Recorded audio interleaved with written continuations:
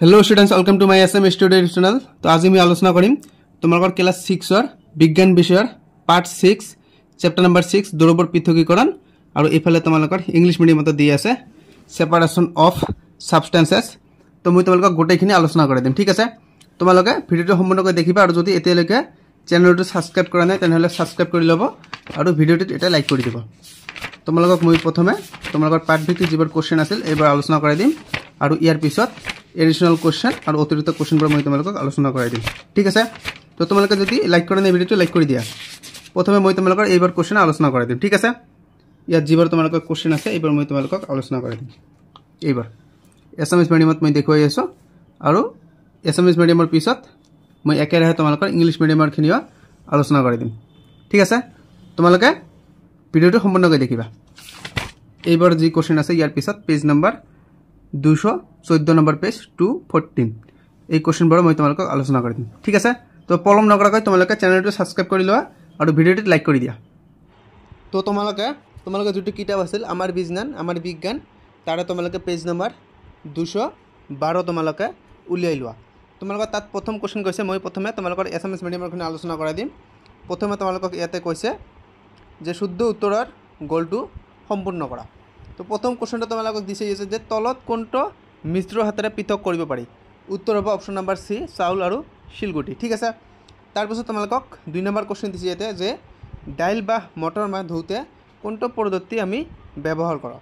তোমালোকৰ ইয়াতে option number D হ'ব শুদ্ধ উত্তৰ আশ্ৰাবণ। ঠিক আছে, তো তোমালোকে অপশন নম্বৰ ডি যেটো বৃত্ত আছিল এইটো তোমালোকে সম্পূৰ্ণ কৰি দিবা। তাৰপিছত তোমালোকক 3 নম্বৰ কোশ্চেন দিছে যে লৌহ और কয়লাৰ গুড়ি পৃথকীকৰণৰ বাবে উপযুক্ত পদ্ধতি হল। তোমালোকৰ ইয়াতে শুদ্ধ উত্তৰ হ'ব অপশন নম্বৰ সি চুম্বকীয় পৃথকীকৰণ। তো তোমালোকে অপশন নম্বৰ সি যেটো বৃত্ত আছিল এইটো সম্পূৰ্ণ কৰি দিবা। ঠিক আছে, তাৰপিছত তোমালোকক 4 নম্বৰ কোশ্চেন দিছে ইয়াতে যে চাহৰ পৰা চাহপাত তলৰ কোনটো পদ্ধতি পৃথক কৰে। পৰিশ্ৰাবণ অপশন নম্বৰ ডি। এইটো কমন কোশ্চেন তোমালোকৰ যিকোনো তোমালোকৰ এইটো কম্পাৰেটিভ এক্সামত আহিব পাৰে। পৰিশ্ৰাবণ চাহৰ পৰা চাহপাত কোনটো পদ্ধতিৰে পৃথক কৰিব পাৰি। উত্তৰ হ'ব তোমালোকৰ পৰিশ্ৰাবণ অপশন নম্বৰ ডি। তো তোমালোকে অপশন নম্বৰ ডি যেটো বৃত্ত আছিল তোমালোকে এইটো সম্পূৰ্ণ কৰি দিবা। ঠিক আছে, তাৰপিছত তোমালোকক ইয়াতে দিছে 2 নম্বৰত যে তলত দিয়া মিলোৱা। ঠিক আছে, তোমালোকক অপশন নম্বৰ তোমালোকক ইয়াতে কলম এ দিছে, কলম বি দিছে, তোমালোকক আষ্টানি মিলাব কৈছে। এ নম্বৰ যেটো আছে এইটো হ'ব তোমালোকৰ ইয়াত 2 নম্বৰ। তাৰপিছত বি নম্বৰ যেটো আছে তোমালোকৰ এইটো হ'ব 4 নম্বৰ দিয়া আছে বোকা পানীত থকা, এইটো হ'ব তোমালোকৰ 4 নম্বৰ পৰিশ্ৰাবণ। আৰু তোমালোকক ইয়াতে সি নম্বৰ যেটো আছে এইটো হ'ব উচ্চ বেগত মিশ্ৰণটো ঘূৰোৱা হ'ব তোমালোকৰ ইয়াতে দি আছে মথন 5 নম্বৰ। তাৰপিছত তোমালোকক ডি নম্বৰ দি আছে বাদামৰ তেল আৰু পানী, এইটো হ'ব তোমালোকৰ 6 নম্বৰ আশ্ৰাবণ। ই নম্বৰ দি আছে বালি আৰু লৌৰ গুড়ি, এইটো হ'ব তোমালোকৰ 1 নম্বৰ চুম্বকীয় পৃথকীকৰণ। এক নম্বৰ যেটো তোমালোকক দি আছে পানীত দ্ৰৱীভূত নিমখ, এইটো হ'ব তোমালোকৰ 7 নম্বৰ বাষ্পীভৱন। তাৰপিছত তোমালোকক জি নম্বৰ দি আছে চাউলত থকা তুঁহ, এইটো হ'ব তোমালোকৰ 3 নম্বৰ পৰ্যায়ৰ পৃথকীকৰণ। ঠিক আছে, তাৰপিছত তোমালোকে কোশ্চেন নম্বৰ 3 টু চোৱা। ইয়াতে কৈছে যে খালী ঠাই পূৰ কৰা। অপশ্যন নম্বৰ এ দিছে যে জাবৰত দমৰ পৰা লৌৰ টুকুৰা পৃথক কৰিবলৈ ডেছ হয়। তোমালোকৰ উত্তৰ হ'ব চুম্বকীয় পৃথকীকৰণ হয়। ঠিক আছে, ইয়াৰ পিছত তোমালোকক বি নম্বৰ কোশ্চেন দিছে যে দুটা মিহলি নোহোৱা জুলীয়া দ্ৰব্য ডেছ পদ্ধতিৰ সহায়ত পৃথক কৰিব পাৰি। তো তোমালোকৰ এইটো হ'ব আশ্ৰাবণ। তাৰপিছত তোমালোকক চি নম্বৰ কোশ্চেন দিছে আটা আৰু তুঁহ ডেছ পদ্ধতিৰে পৃথক কৰিব পাৰি। তোমালোকৰ উত্তৰ হ'ব চালনীৰে চলা বা চালনী পদ্ধতিৰে পৃথক কৰিব পাৰি। তাৰপিছত তোমালোকক ডি নম্বৰ কোশ্চেন দিছে ইয়াতে যে ডেছ পদ্ধতিৰে খেৰৰ পৰা ঘেঁহু পৃথক কৰিব পাৰি। তোমালোকৰ এইটো উত্তৰ হ'ব জৰা বা দিয়া পদ্ধতিৰে আমি খেৰৰ পৰা ঘেঁহু পৃথক কৰিব পাৰি। তোমালোকক ই নম্বৰ কোশ্চেন দিছে যে বালি পানীৰ মিশ্ৰ এটাৰ পৃথকীকৰণ কৰোঁতে পানীৰ কণিকাবোৰ ফিল্টাৰ কাগজৰ ছিদ্ৰবোৰৰ মাজেদি সৰকি যায় কাৰণ পানীৰ কণিকাবোৰ ডেছ আৰু ডেছ বালিৰ কণিকাবোৰ ডেছ। তো তোমালোকৰ উত্তৰ দি আছে ইয়াতে হ'ব সৰু আৰু অদ্ৰৱণীয় বালিৰ কণিকাবোৰ ডাঙৰ। ঠিক আছে, তাৰপিছত তোমালোকক 4 নম্বৰ কোশ্চেন দিছে তলৰ প্ৰশ্নবোৰৰ উত্তৰ দিয়া। প্ৰথম কোশ্চেন কৈছে নিমখ আৰু বালিৰ মিশ্ৰ এটা কিদৰে পৃথক কৰিবা। প্ৰথম কোশ্চেন কৈছে তোমালোকক যে নিমখ আৰু বালিৰ মিশ্ৰ এটা কিদৰে পৃথক কৰিবা। উত্তৰ দি আছে নিমখ আৰু বালিৰ মিশ্ৰ পৃথক কৰিবলৈ আমি পৰিশ্ৰাবণ আৰু বাষ্পীভৱন সংমিশ্ৰণ ব্যৱহাৰ কৰিব পাৰিম। প্ৰথমতে নিমখ পানী দ্ৰৱীভূত কৰিম আৰু তাৰ পিছত বালিখিনি ফিল্টাৰ কৰি আঁতৰাই ল'ম। শেষত লৱণযুক্ত পানী বাষ্পীভৱন কৰি পানীৰ পৰা নিমখ পৃথক কৰিম। ঠিক আছে, তাৰপিছত তোমালোকক বি নম্বৰ কুৱেশ্যন দিছে, নাৰিকল তেল আৰু পানীৰ মিশ্ৰ পৃথকীকৰণৰ বাবে এটা পদ্ধতি আগবঢ়োৱা। তো উত্তৰ দি আছে ইয়াতে আমি নাৰিকল তেল আৰু পানীৰ মিশ্ৰক আমি আশ্ৰাৱণ পদ্ধতিৰ পৃথক কৰিব পাৰিম। ঠিক আছে, তোমালোকৰ কুৱেশ্যন নম্বৰ চিটো চাই লোৱা। ইয়াতে কৈছে যে নিমখ আৰু পানীৰ পৰা নিমখ কেনেদৰে পৃথক কৰিবা। উত্তৰ দি আছে যে বাষ্পীভৱন পদ্ধতি ব্যৱহাৰ কৰি নিমখ পানীৰ পৰা নিমখ পৃথক কৰিব পাৰি।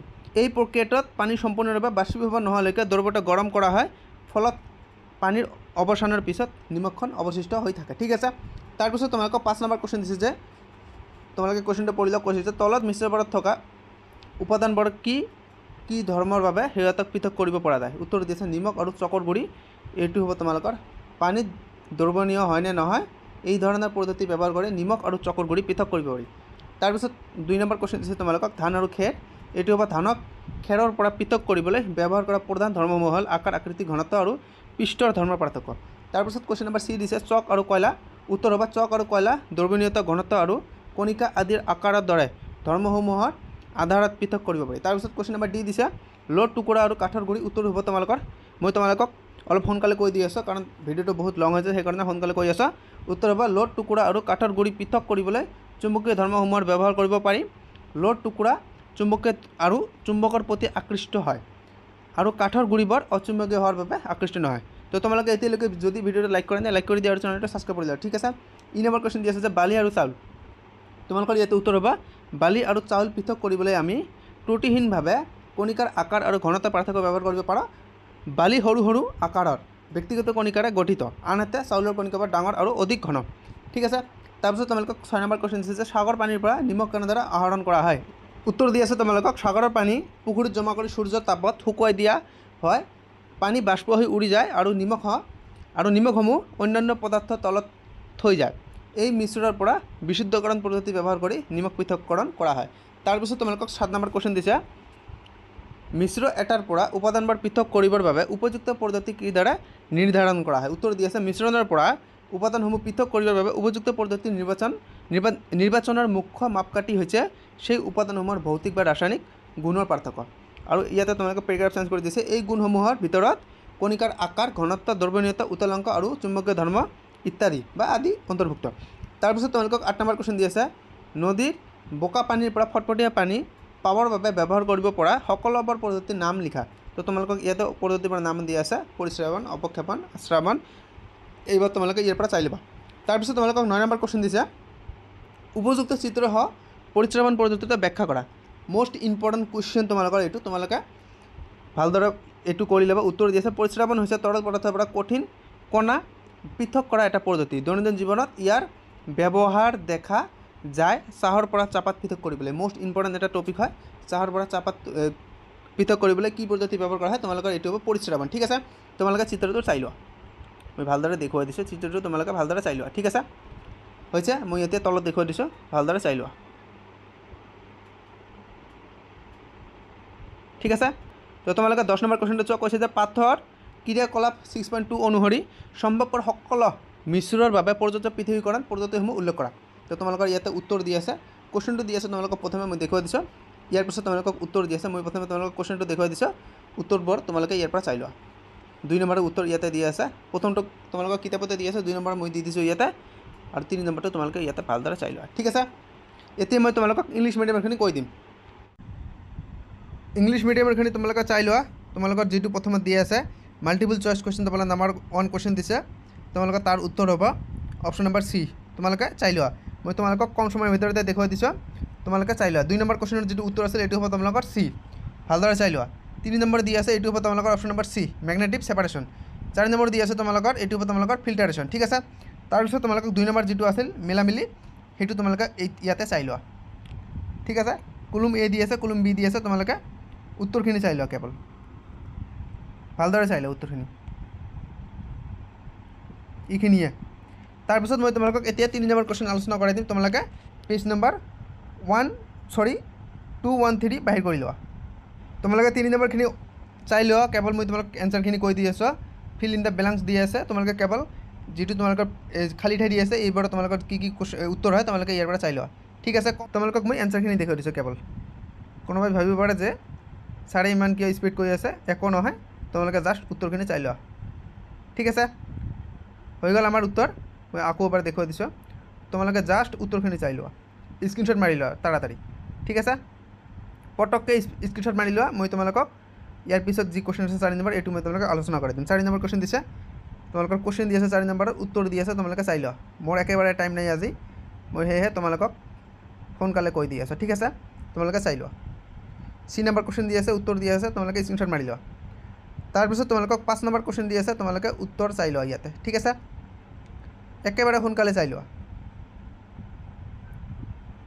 হৈ গ'ল এতিয়া তোমালোকে 6 নম্বৰ কুৱেশ্যন দি আছে তোমালোকে ইয়াতে চাই লোৱা তাৰ উত্তৰ 7 নম্বৰ দি আছে তোমালোকে চাই লোৱা স্ক্ৰীনশ্বট মাৰি লোৱা মই অলপখিনি সময় দিছোঁ তোমালোকে স্ক্ৰীনশ্বট মাৰি লোৱা ইয়াৰ মাজতে 8 নম্বৰ কুৱেশ্যন দিছে তোমালোকে ইয়াৰ উত্তৰটো তোমালোকে চাই লোৱা আৰু 9 নম্বৰ কুৱেশ্যন দি আছে ড্ৰটো মই তোমালোকক এছামিছ মিডিয়ামত দেখুৱাই দিছোঁ তোমালোকে তাৰ পৰা চাই ল'বা আৰু তোমালোকৰ যি ডেফিনেশ্যন দি আছে ইয়াতে দি আছে ঠিক আছে 9 নম্বৰ যিটো তোমালোকৰ ড্ৰয়িং আছে এইটো তোমালোকে এছামিছ মিডিয়ামৰ পৰা চাই ল'বা আৰু তোমালোকৰ ইয়াত ডেফিনেশ্যন দি আছে এইটো তোমালোকে ইয়াৰ পৰা ল'বা ঠিক আছে আৰু 10 নম্বৰত যিটো তোমাৰ কুৱেশ্যন আছিল ইয়াৰ উত্তৰ তোমালোকক মই দেখুৱাই দিছোঁ 1 নম্বৰ তোমালোকক এক্সাম্পল কিতাপতে দিছে আৰু মই তোমালোকক 2 নম্বৰ 3 নম্বৰ ইয়াতে দি আছোঁ ঠিক আছে তোমালোকে ভালদৰে চাই লোৱা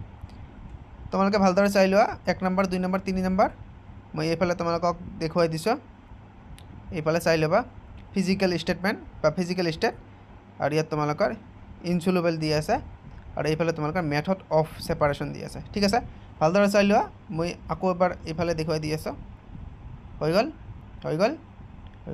ঠিক আছে আজি আমাৰ ভিডিঅ' এইখিনিয়ে যদি ভিডিঅ'টো ভাল লাগে লাইক কৰিবা আৰু চেনেলটো সাবস্ক্ৰাইব কৰিবলৈ নাপাহৰিবা বাই বাই টেক কেয়াৰ